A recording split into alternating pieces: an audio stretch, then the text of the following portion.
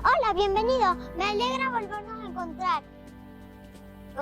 Que juntos alabemos al Señor. Chao. Te invito a que podamos estar disfrutando de este tiempo en familia donde vamos a estar compartiendo su palabra, reflexionando acerca del mensaje y teniendo una experiencia nueva como iglesias. Así que bueno, acompáñame y ahí vamos.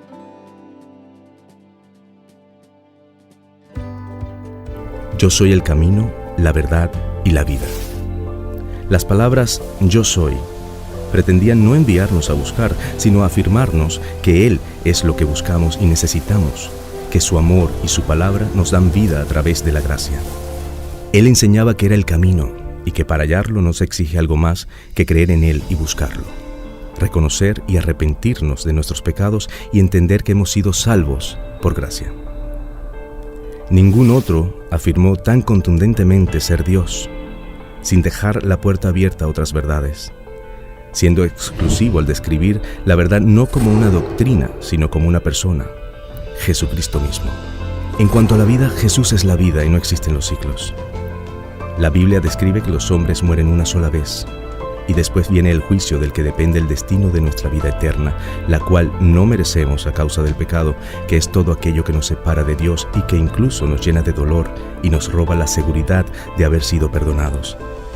Pero podemos recibir perdón y una nueva vida por gracia y a través del sacrificio de Jesús. Ningún líder realizó los milagros que hizo Jesús. A ninguno se le atribuye una vida limpia y perfecta como la suya. Solo de él se describe no tener principio en el tiempo, pues los escritos, e incluso él mismo, afirman existir desde el principio.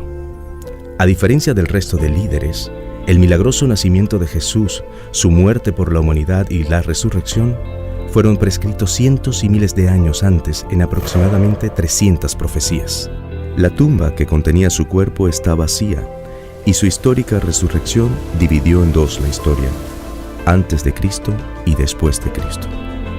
El origen, la moralidad, el propósito y la vida eterna dependerán de cómo respondemos a Jesús, a su amor y el perdón que nos ofrece por gracia.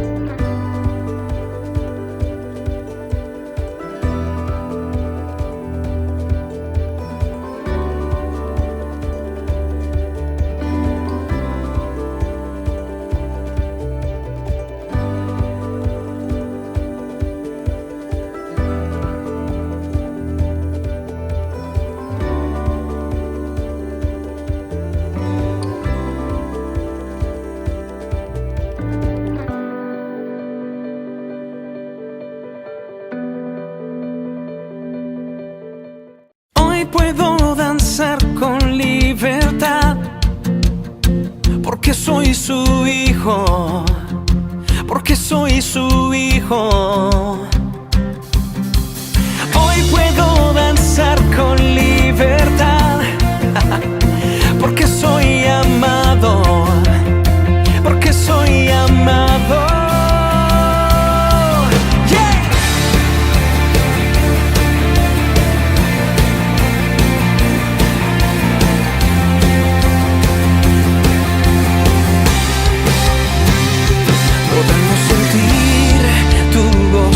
Podemos sentir tu río, hay sanidad en las aguas, queremos danzar. Podemos sentir tu gozo, podemos sentir tu río, hay sanidad en las aguas, queremos danzar. Hay libertad en la casa de Dios, hay libertad en la casa de Dios, hay libertad, hay libertad, hay libertad en la casa de Dios, hay libertad en la casa de Dios, hay libertad, hay libertad. Podemos sentir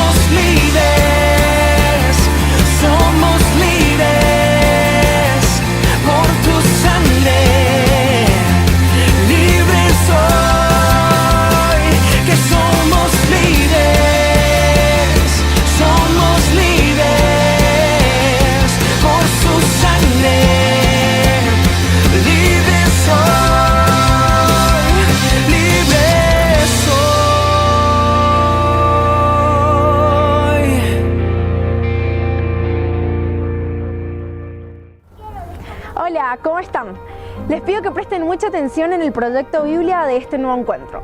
Nos va a contar el rol de cada personaje en la narrativa bíblica y del propósito que ellos tenían en cuanto a los planes del Señor. Es importante que podamos comprender esto para que así nosotros podamos identificarnos con cada uno de los personajes y poder conocer cuál es el propósito y la voluntad del Señor para nuestras vidas en este tiempo. Entonces no te olvides que la vida de Abraham tiene mucho que ver con nuestra propia vida. Vamos a ver el video.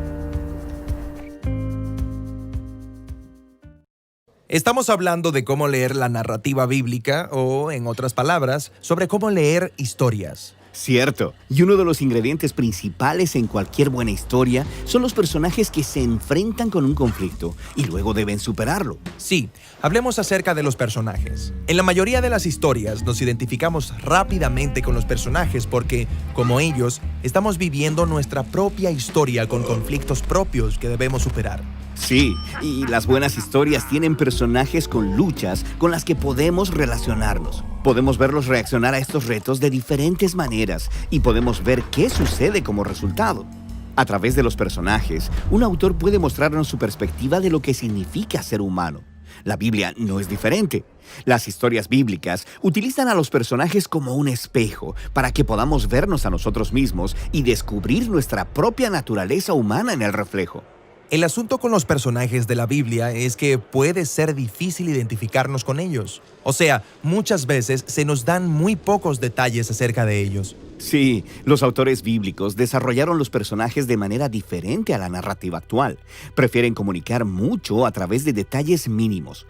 Por ejemplo, rara vez escuchamos cómo luce alguien en la Biblia, pero cuando lo hacemos es crucial para la historia. Como cuando se nos dice que Saúl era alto y David era pequeñito. Y estas descripciones se convierten en imágenes del carácter moral de los personajes. La altura de Saúl equivale a su amor por el estatus y el poder para imponer autoridad, mientras que David acepta humildemente su estatus bajo y permite que Dios lo exalte y libere. Así que la apariencia física de las personas es simbólica. Sí, muy frecuentemente. Como cuando el cuerpo peludo de Esaú encaja con su comportamiento animal y la piel tersa de Jacob coincide con su naturaleza engañosa y resbaladiza. ¿Qué otras pistas obtenemos sobre los personajes bíblicos? Bueno, los nombres de las personas frecuentemente simbolizan su rol en la historia. Abraham, en hebreo, suena como padre de multitudes. Jacob significa engañador, Ruth significa refrigerio y Saúl, su nombre significa el que pidieron. Él es el rey imperfecto que el pueblo pidió. Así que, al empacar todo este significado con muy pocos detalles, las historias bíblicas pueden hacer mucho en poco espacio. Y dejan fuera cosas que los lectores modernos quisieran saber acerca de estos personajes. Por ejemplo, rara vez nos dicen los pensamientos o las motivaciones de las personas. Cierto, como cuando Moisés vio a un egipcio golpear a un israelita y lo mata ahí mismo. ¿Pero por qué? ¿Era un enojo justo o simplemente perdió los cabales? ¿Y estaba Dios de acuerdo con lo que hizo? Sí, no se nos dice, porque los autores bíblicos usualmente evitan dar comentarios morales. Ellos prefieren que las palabras y las acciones de los personajes revelen sus motivaciones y luego dejan que nosotros juzguemos su comportamiento al ver las consecuencias. En el caso de Moisés, este asesinato es el comienzo de un patrón en el que su enojo saca lo mejor de él, pero con malos resultados. Esta elección lo obliga a huir y esconderse en el desierto durante 40 años. Así que fue algo malo. Pero ahí conoce a su esposa, así que ¿es algo bueno? Exactamente. Te obliga a pensar. A través de todas estas técnicas, los narradores bíblicos mantienen sus historias compactas, memorables, pero también cautivantes. Pero, en serio, ¿estaba Moisés siendo malo o bueno? Claro, como en las historias clásicas, siempre hay un tipo bueno y un tipo malo. Un héroe admirable que se enfrenta a un horrible villano. Claro, y los personajes simplificados como esos son útiles para enseñar a los niños que existe el bien y el mal. Pero la Biblia no es un libro para niños. Sus personajes son muy complejos, una mezcla de bien y mal como nosotros. Casi no hay personajes sin manchas en la Biblia. ¿Qué hay de los héroes de la fe, como Abraham o el rey David? ¿Te refieres a Abraham, que usó a una esclava egipcia para tener sexo y luego mintió sobre su esposa 2 veces para salvar su pellejo? Y David, el hombre conforme al corazón de Dios que se acostó con la esposa de otro hombre y luego lo asesinó. Estas historias son todo menos que simplistas. Nos ofrecen retratos realistas de personas transigentes como nosotros. La verdadera sorpresa es que Dios sigue trabajando con ellos a pesar de sus fracasos. Así que solo porque una persona fue llamada por Dios o ganó una batalla y se vuelve exitosa o próspera, no significa que el autor bíblico quiera que actúe como ella. Así es. De hecho, sería muy peligroso imitar a la mayoría de los personajes bíblicos. Cierto, pero debe haber algo admirable acerca de los personajes bíblicos, algo que yo pueda imitar. Por supuesto. Pon atención y notarás que la mayoría de las historias bíblicas resaltan los momentos en los que los personajes fallan o llegan al final de sí mismos, y ellos deciden confiar radicalmente en la gracia y la sabiduría de Dios. Es en estas historias que los autores nos muestran cómo ser un humano que realmente agrada al Señor a través de la humildad y la rendición. Sí, el hecho de que Dios permanece comprometido con los personajes bíblicos es una declaración profunda de la paciencia y el amor de Dios, quien también es un personaje. Así es. Y al estudiar los personajes bíblicos, podemos observar en escena nuestras propias terribles tendencias. Y vemos una y otra vez la respuesta llena de gracia de Dios, quien llevará esta historia hasta el final.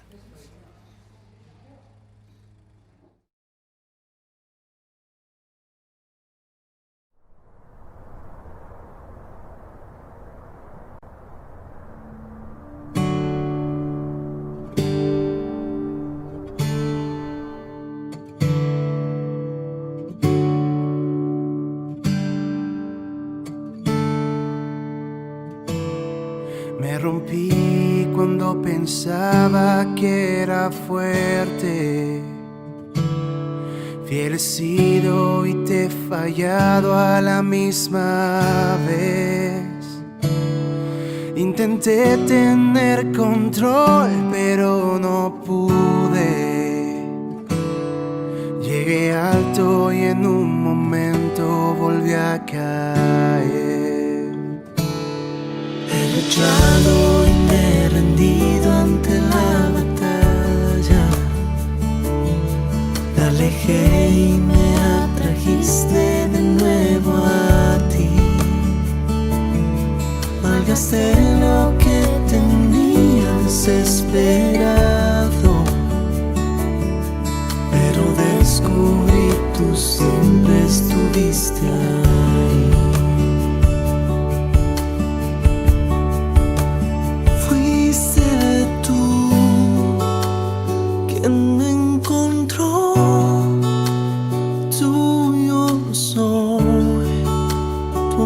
Me cambió mi error, tu gracia cubrió, no puedo entenderlo.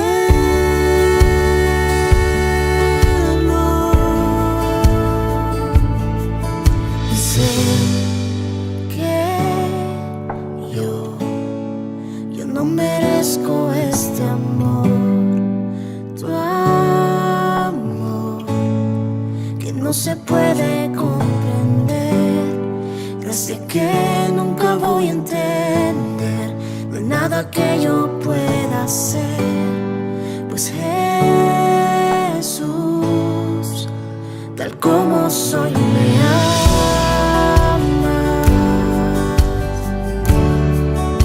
Tal como soy, me amas.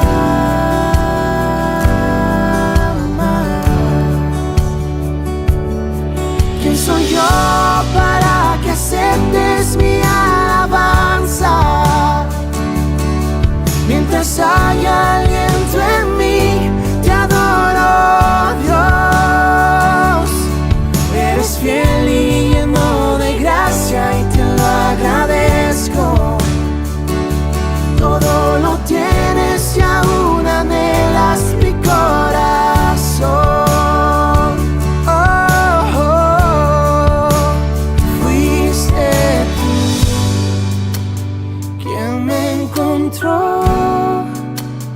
Tuyo soy, tu amor me cambió mi dolor, tu gracia cubrió, no puedo entenderlo.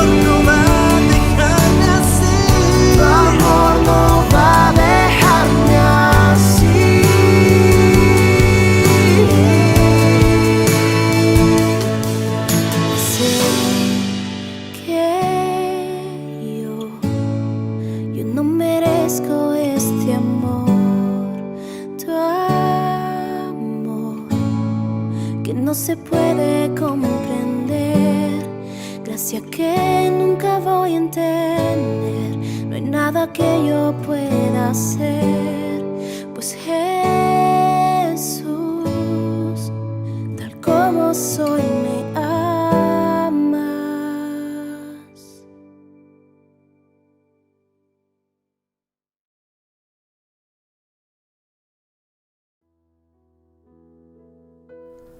Seguimos juntos construyendo en partes la historia de Abraham. Vamos encuentro tras encuentro tomando una parte nueva y armando ese rompecabezas que es la historia de Abraham.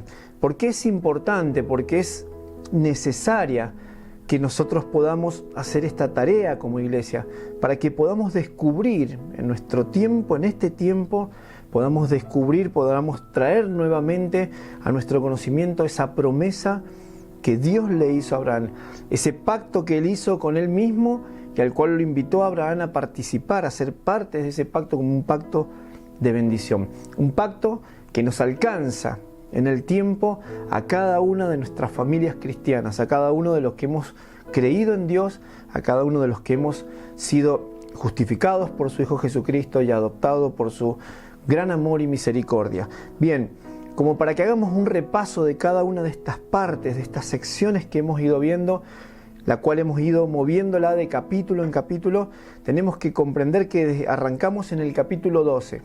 La historia de Abraham y de su familia se cuenta en el libro de Génesis, desde el capítulo 12 hasta el capítulo 50.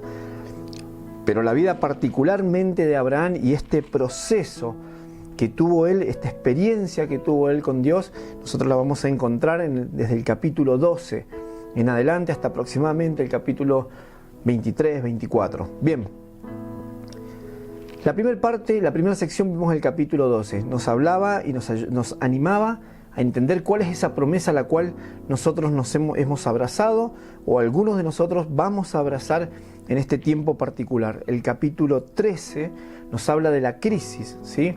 Cuando cada uno de nosotros nos movemos o nos corremos de la voluntad de Dios, como aparecen consecuencias, ¿sí? Con las cuales tenemos que lidiar.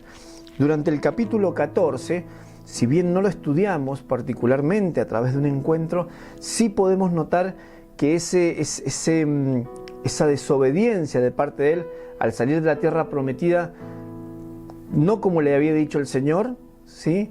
El Señor le había indicado dejar a su parentela, pero él trae consigo a su sobrino, un sobrino que durante varias ocasiones les trae algunos inconvenientes. Bueno, el capítulo 14 es un capítulo particular, esa sección particularmente tiene que ver con algo de su sobrino y otro contratiempo que le ha generado a Abraham. En el capítulo 15, nosotros que estuvimos trabajando, 15, 16, en el último encuentro, pudimos ver cómo después de 10 años, el Señor vuelve a la vida de hablarle específicamente a Abraham y a recordarle ese pacto. Abraham no lo había olvidado, Abraham quería ir por más, es ese anhelo, es eso que pasa en nuestro ser cuando nosotros sentimos que estamos activos para el Señor, cuando sentimos que queremos que el Señor nos lleve a un nivel más. Pero también nos abre una alerta, nos abre una advertencia y concluimos el capítulo del encuentro pasado con ese sonido de alarma que nos decía, guarda cuando el Señor te invita a continuar desarrollando su pacto, no es algo que podamos hacer nosotros con nuestras propias estrategias, nuestras propias fuerzas, algo que podamos hacer nosotros mecánicamente, sino que es entender que la voluntad soberana del Señor nos está invitando a participar y que es todo obra de un Dios sobrenatural. Bien, es así que concluimos el capítulo 16 con una nueva crisis. Pensaron que el hijo de la promesa podían entender que se iba a dar nuevamente con estrategias humanas. Y es acá donde vemos una réplica, casi podríamos decir un calco de lo que pasó en el jardín del Edén, ¿sí? El hombre corriéndose de la voluntad, luego acusando a su esposa y echándose culpas uno con otro. Es así como más o menos concluye este capítulo 16 del libro de Génesis, ¿sí?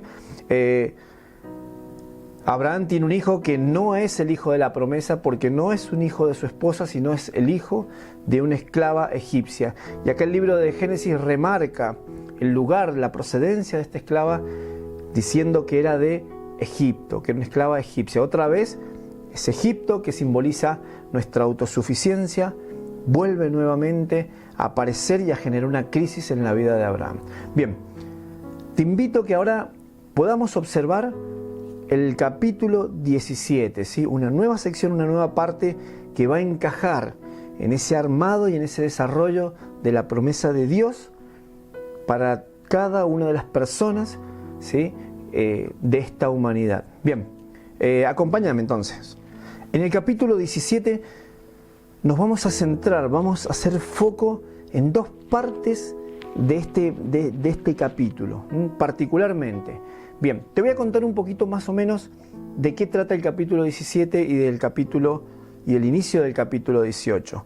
Bien, han pasado 14 años de silencio desde que dejamos el último capítulo, desde el capítulo 16, pasaron 14 años, ¿sí? Abraham ya tiene 99 años, hace 24 que salió de la tierra prometida. Dios vuelve a la vida de Abraham, ¿sí? Pero ya ha llegado el tiempo de la confirmación de la promesa. Es decir, Dios ya ha preparado a Abraham para que pueda comenzar, que pueda iniciar la última parte de la vivencia de su promesa. Después acá se van a dar algunas cuestiones medias raras. Acá aparece por primera vez la circuncisión, una marca característica del pueblo judío. Y también vamos a ver, ¿sí?, cómo Dios tiene un diseño para nuestra vida. Dios tiene, a través de su voluntad, de sus propósitos, tiene un diseño para nuestra vida que, aunque nosotros no podamos entenderlo o queramos transformarlos humanamente, Dios va a respetar ese diseño. Dios es un Dios que se mantiene fiel en el tiempo. Bien, a ver, acompáñame con esta primera parte del texto, ¿sí? Vamos a acentuar lo que dijimos. En el último encuentro dijimos que Abraham tenía 86 años cuando nació su hijo Ismael. Ahora el texto, en el capítulo 17, versículo 1, comienza diciendo: cuando Abraham tenía 99 años, el Señor se le apareció y le dijo: yo soy el Dios Todopoderoso. Esas presentaciones que tiene Dios: yo soy el Dios Todopoderoso. Vive en mi presencia y sé intachable. El indicativo de Dios es: creo que he visto tu proceso, Abraham, creo que has aprendido, creo que hay una buena lección en todas estas cuestiones, en todo esto que ha pasado, en todo este tiempo, en todas estas situaciones que has vivido, y creo que estás listo para que cumplas este indicativo que te estoy dando. A partir de ahora, vive en mi presencia. Vive en mi presencia y sé intachable.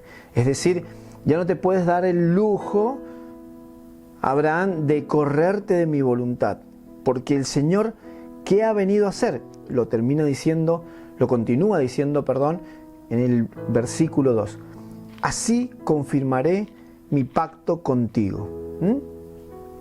Esta primera parte, el primer foco, en el primer lugar donde nosotros nos estamos estableciendo, en este capítulo 17, es en entender que Dios no ha modificado su promesa en el tiempo. Dios se mantiene fiel. Y ha pasado ya un tiempo considerable, 24 años desde que salió de la tierra de Ur de los Caldeos, y está listo para que el Señor confirme su pacto en la vida de Abraham. Qué importante es que nosotros comprendamos, que podamos comprender que la promesa en nuestra vida, no podemos olvidar que Abraham nos representa como humanidad, nos representa como persona, y bien lo decía la presentación del proyecto Biblia, que de cada uno de estos personajes nosotros tenemos que aprender y tenemos que comprender que han sido puestos como representantes de cada uno de nosotros en los tiempos de hoy. Es por eso que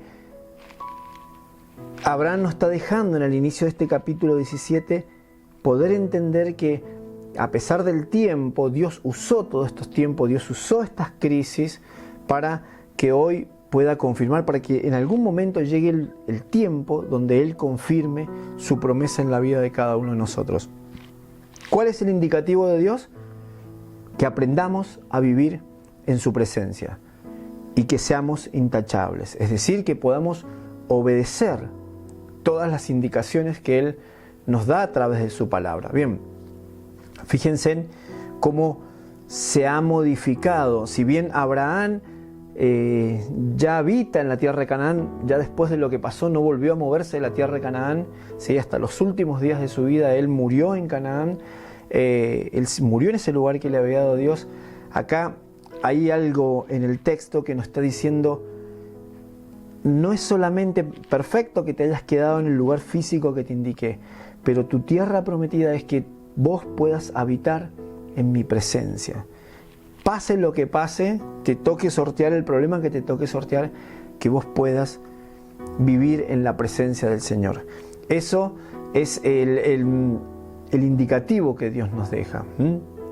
Bien, ahora, ¿qué necesita el Señor luego de que Él va a establecer su promesa? Acá vimos dos elementos que son un poco parecidos. Primero, Dios le va a cambiar el nombre de Abraham a Abraham, porque este nombre en el cual va a descansar, va a reposar la promesa de Dios, no puede ser el mismo nombre que él tenía. Es decir, no podemos ser la misma persona que éramos cuando el Señor ha confirmado su promesa en nosotros, ¿sí? Si bien acá la narrativa bíblica expresa y está usando estas denominaciones, estos nombres que Él tiene, los está usando para indicarnos algo. El nombre Abraham significaba Padre enaltecido, Padre reconocido, ¿sí? Pero el nombre al cual el Señor le va a cambiar es Abraham, ¿sí? Que significa Padre de multitudes. El Señor está haciendo evidente, ¿sí? El cumplimiento de su promesa, no solamente a través de lo que Él le dice, sino en la forma en la que se lo está indicando, cambiándole el nombre. Versículo 5 dice: ya no te llamarás Abraham, sino que de ahora en adelante tu nombre será Abraham, porque te he confirmado como padre de una multitud de naciones. Bien,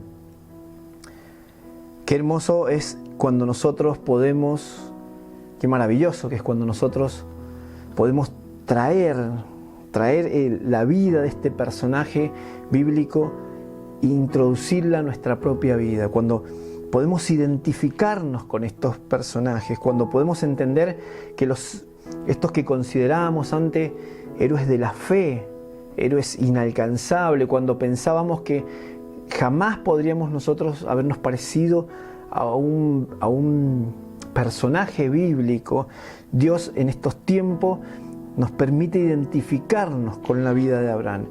Identificarnos no solamente en las riquezas que trae obedecer y ser parte del pueblo de Dios, ser parte de la familia de Dios, sino también identificarnos en que somos humanos y en que podemos identificar estos aspectos negativos que nos muestra el relato bíblico a través de la vida de estos personajes, ¿sí?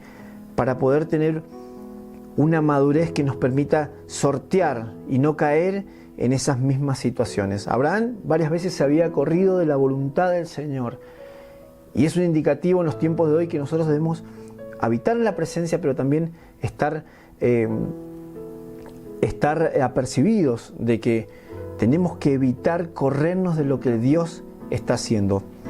Quizás en la vida de Abraham había pasado mucho tiempo y parecía que la promesa no se terminaba de cumplir, pero Abraham había entendido que no se cumplía, no porque Dios no anhelara cumplir eso, sino porque Dios estaba trabajando en su vida y él estaba a modo de prueba y error estableciendo esa confianza en Dios. Bien,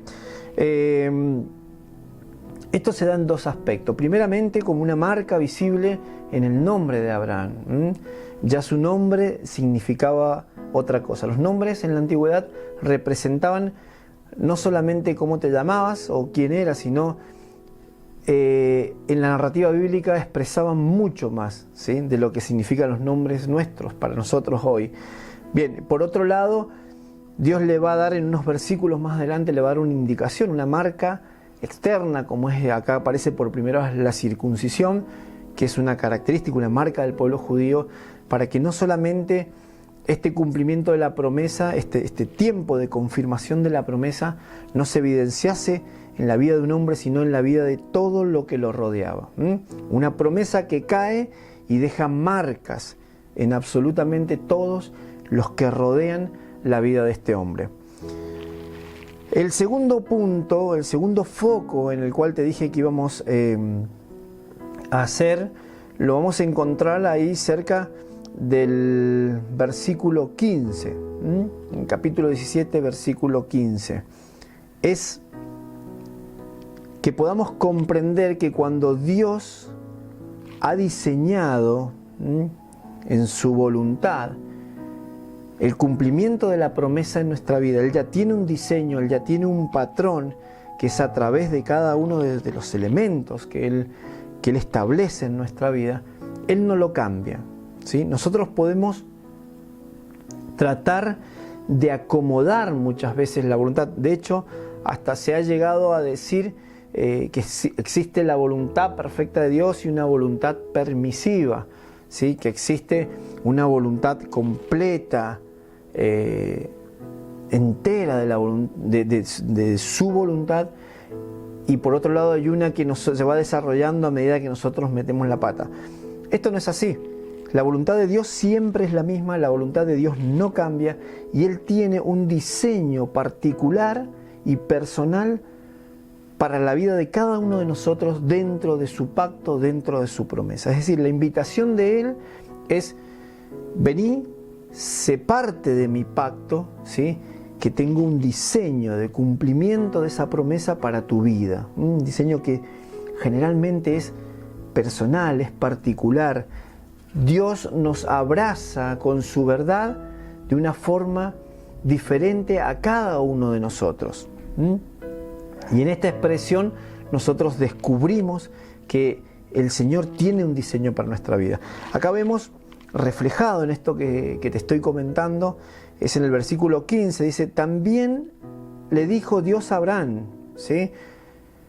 Esto es parte de la revelación del diseño que Dios tiene para nuestra vida. También le dijo Dios a Abraham: a Sarai, tu esposa, ya no llamarás Sarai, sino que su nombre será Sara, ¿sí? En la forma bíblica, Sarai significaba, o aproximadamente su significado era contenciosa, ¿sí? Era una mujer que contendía constantemente, no sé si con Dios, si con Abraham, pero creo que nos quedó bastante reflejado en ese capítulo 16, donde ella decide reemplazar el diseño de Dios por un diseño natural propio humano. ¿Cuántas veces cada uno de nosotros hacemos esto en nuestra propia vida? Queremos tratar de acelerar los tiempos de Dios, queremos tratar de tomar y de hacer cumplir lo que nosotros pensamos que es de Dios a nuestra propia forma, forzamos los tiempos de Dios, nos apuramos y así terminamos retrasando y retrasando la promesa. Si nosotros queremos ver la promesa de Dios en nuestra vida cumplida de una forma que nos traiga gozo, alegría, plenitud de vida, lo que tenemos que hacer es lanzarnos a los brazos de Dios, confiar en Dios, obedecer sus mandamientos, y vamos a ver cómo esa promesa, eso que Dios tiene de bendición para nosotros, se comienza a realizar, se comienza a ser evidente. Acá todavía este diseño no lo deben haber tenido muy claro, pero Dios se los está haciendo saber. El punto es, vamos a comenzar una transformación. Abraham, ya no vas a ser un padre enaltecido, sino ahora vas a ser un padre de multitudes. Sarai, ya no vas a ser Sarai, esa mujer contenciosa, ahora vas a ser Sara, madre de naciones, princesa. Eso era lo que significaba su nombre. Aún así, dice en el versículo 16, yo la bendeciré y por medio de ella te daré un hijo. Tanto la bendeciré que será madre de naciones, y de ella surgirán reyes de pueblos. Entonces dice, a Abraham inclinó el rostro hasta el suelo y se rió de pensar, ¿acaso puede un hombre tener un hijo a los 100 años y ser madre Sara a los 90? Por eso le dijo a Dios, concédele a Ismael vivir bajo tu bendición. A lo que Dios le contestó, pero es Sara tu esposa, la que te dará un hijo al que llamarás Isaac. Yo estableceré mi pacto con él y con sus descendientes como pacto perpetuo. ¿Sí? Está tratando de cuadrar, está tratando de que esa promesa que acaba de confirmar el Señor pueda tener algún cumplimiento en el raciocinio, en el pensamiento humano. ¿Cómo lo hará el Señor? Creo que tengo que hacer esto, creo que tengo que sugerirle a Dios esto, porque lo que está haciendo Abraham es sugiriéndole, le está diciendo, te pido que le concedas a Ismael, al hijo de la egipcia, ¿sí? Pero nosotros no podemos cambiar los patrones de diseños que tiene el Señor para nuestra vida. No los podemos cambiar porque Él es quien conoce nuestro corazón. Él es quien sabe qué cosas nos van a traer gozo, qué cosas nos van a traer alegría, qué cosas no nos van a seguir trayendo desorden a nuestra vida. Y muchas veces eso es lo que intentamos hacer, tratar de forzar, meter en los patrones de diseño que Dios tiene para nuestra vida nuestras propias sugerencias. Abraham, finalmente, ustedes saben que hay una particularidad acá. Abraham también se rió de lo que Dios le dijo, pero Abraham está teniendo una risa como de gozo, como está entendiendo, está sonriendo porque sabe que Dios, este Dios fiel, le está prometiendo que la promesa se cumple y se va a cumplir. Ahora, ahí nomás introduce la duda. ¿Cómo podré hacerlo? ¿Cómo podré ayudar a Dios? ¿Cómo podemos, es como decimos muchas veces nosotros, cómo podemos nosotros ayudar a Dios a que esto se realice? Bien, Dios le dice, mira Abraham, esto es sencillo. Me muevo en el diseño que yo he puesto para tu vida. Yo allá en el jardín del Edén diseñé una pareja, diseñé una forma, y es con tu esposa con la cual vas a tener el hijo de la promesa. Como acotación, ¿sí? Me voy a correr un poquito de este foco, un segundo, me voy a correr un poquito de esta idea que estamos tratando de fijar. Quiero que pienses en una cosa, y te hablo por ahí de esta familia disfuncional, de esta familia que había quedado con hijos de una criada egipcia, de una sierva egipcia, con un hijo que está a la puerta de llegar, y aún así Dios en su misericordia, pese a los errores que hemos cometido, pese a los errores que podés haber cometido vos en tu vida, Él en su amor, en su misericordia, su promesa puede abrazar absolutamente a todos, ¿sí? Dios se encarga también de las personas, podríamos decir, del daño colateral. No podemos olvidar que acá en este momento donde Dios le está mostrando el diseño de la promesa, hay un hijo que ya tiene 13 años, hay una mujer que todavía vive dentro de la casa de Abraham y la está pasando bastante mal por su dueña, Sara, ¿sí? Y que no le ha hecho las cosas bastante fácil. Pero aún así, Dios se va a encargar también de ella, de protegerla, de cuidarla, ¿sí? Este Dios todopoderoso se encargó de que esa persona también sintiese su amor. Bien, aunque este desliz de Abraham trajo bastante dolores de cabeza, de hecho, bueno, no viene el caso comentar, pero podemos decir que ese hijo de Abraham está causando hoy en el mundo bastantes dolores de cabeza. Bien, para cerrar, quiero que nos quede bien en claro que el Señor no va a modificar el patrón de diseño que Él tiene para nuestra vida, que el Señor no admite sugerencias humanas, que el Señor no necesita que nosotros le digamos cómo, ¿sí? Y de qué forma tiene que hacer las cosas. Por eso, una de las cosas que a mi parecer son una de las mayores herejías es que nosotros podamos realizar un pacto con Dios, que nosotros podamos desafiar a Dios e indicarle cuál es el tiempo en el cual Él debe bendecirnos, en el cual Él nos debe dar lo que nosotros necesitamos, ¿sí?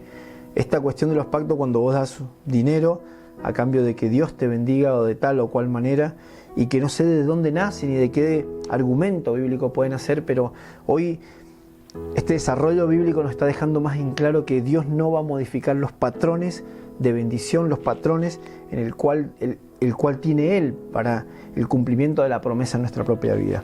Bien, no quiero extenderme más, quiero sembrar este anhelo porque vos puedas también descubrir en la palabra. Mirá, léete el capítulo 17, léete el capítulo 18, ahí vas a ver una risa un poco diferente a la de Abraham, una risa de incredulidad, ¿sí? Y que pese a que la persona que se esté riendo esté de espalda a la misma presencia de Dios, Dios sabe que hay una risa de incredulidad, pero le dice, ¿qué hay imposible para Dios? Y es con lo que quiero cerrar este encuentro, este mensaje, es decir, ¿qué hay imposible para Dios? ¿Sí?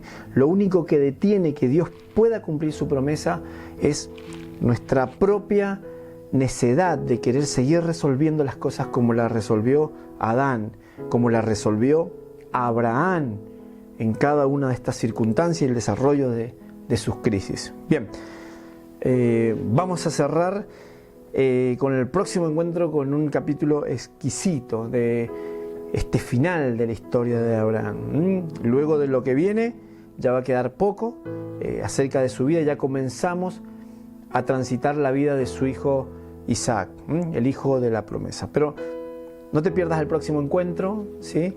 Y bueno, te invito a que puedas estar también en la semana uniéndote a cada uno de los grupos que tenemos el día miércoles, el día viernes, y seguimos descubriendo cuestiones de la palabra que van enriqueciendo día a día nuestra vida, que van haciendo más fuerte el querer sostener esa promesa, el amar esa promesa que Dios nos está mostrando a través del relato bíblico. Acompáñame a orar, vamos a dar gracias a este Dios todopoderoso y vamos a cerrar este encuentro. ¿Sí? Ahí vos desde tu casa, te pido que pienses en esto, pienses en este tiempo particular que el Señor nos está permitiendo vivir.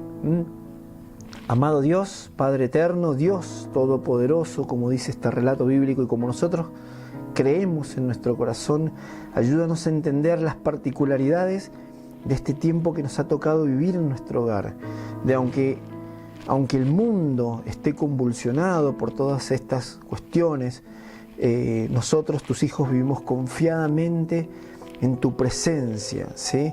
No queremos corrernos de tu presencia, queremos ser intachables, queremos cumplir con cada una de las sugerencias, de las indicaciones que nos das a través de tu palabra, Señor.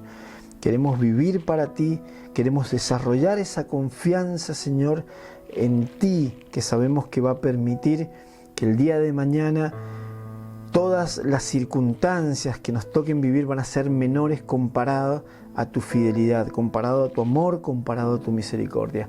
Te damos gracias, Señor, en el nombre de quien vamos descubriendo a través de todos estos relatos, de quien se hace evidente en el texto bíblico, de quien es la palabra de nuestro amado Señor Jesucristo. Amén. Te saludo, hasta el próximo encuentro. Gracia hay cuando paso por el fuego, abres camino donde no lo hay. Al recordar lo que has hecho en mí, lo que un día fui, lo que recorrí, sé que a mi lado siempre estás. Hubo uno más entre las llamas que estuvo junto a mí. Hubo uno más sobre las aguas que pudo el mar abrir. Que en mi interior no queden dudas de cómo libre fui. Hay una cruz que muestra el precio que Jesús pagó por mí. hay uno más entre las llamas.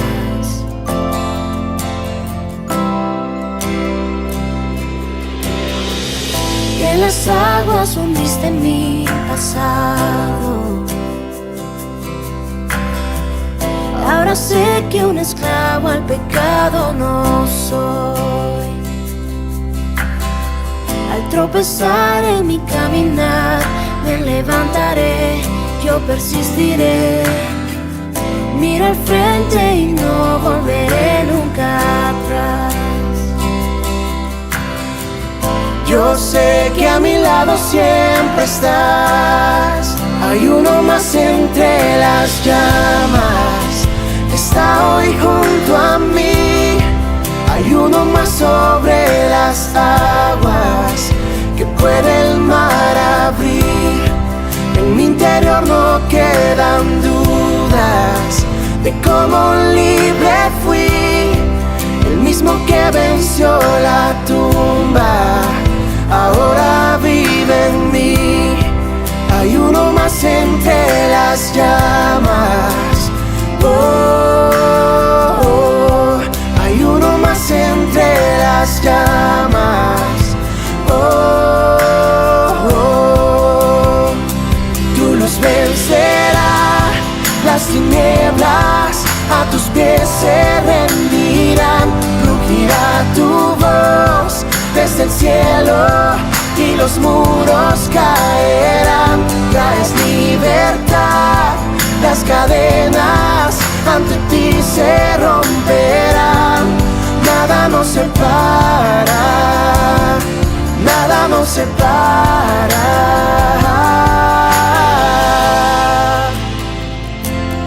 Oh, oh, oh. No hay nombre igual al nombre de Cristo.